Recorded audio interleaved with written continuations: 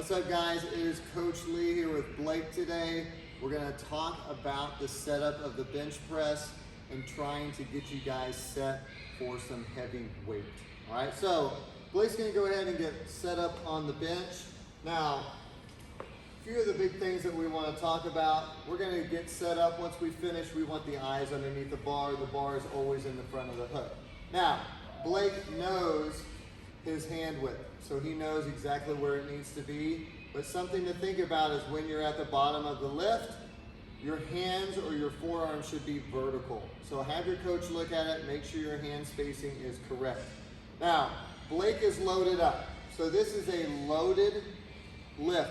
I want you to think about this as being a compound lift or using the entire body.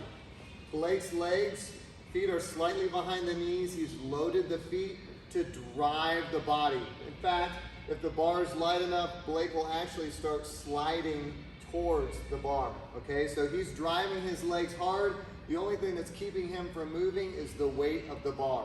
So he's got tension all along the anterior chain. This is going to help us as we bring the bar down to react like a rubber band. We're stretching it back, so when he touches the bar to the chest, he's ready to drive up. So feet are loaded, legs are loaded.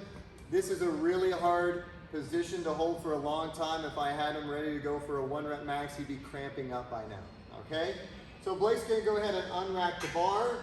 The bar is going to be directly over the shoulders. He's gonna lower the bar just below his sternum.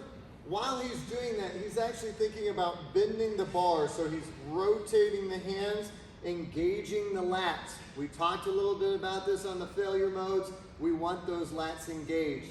Once he's here, he's thinking about driving up, being aggressive with the bar and pulling the bar apart, stretching it. That's gonna help the triceps engage. Bar path, as we're looking at this, we want the bar straight up, straight down. So go ahead and just knock out a couple more reps. Really squeezing, spreading the bar apart as it comes up. Good, and you can rack it. One thing that we want to know about wrists is watch for an excessive bent wrist. We don't want the weight of the bar back in the hand. We want it over the wrist or in the groove of the thumb here.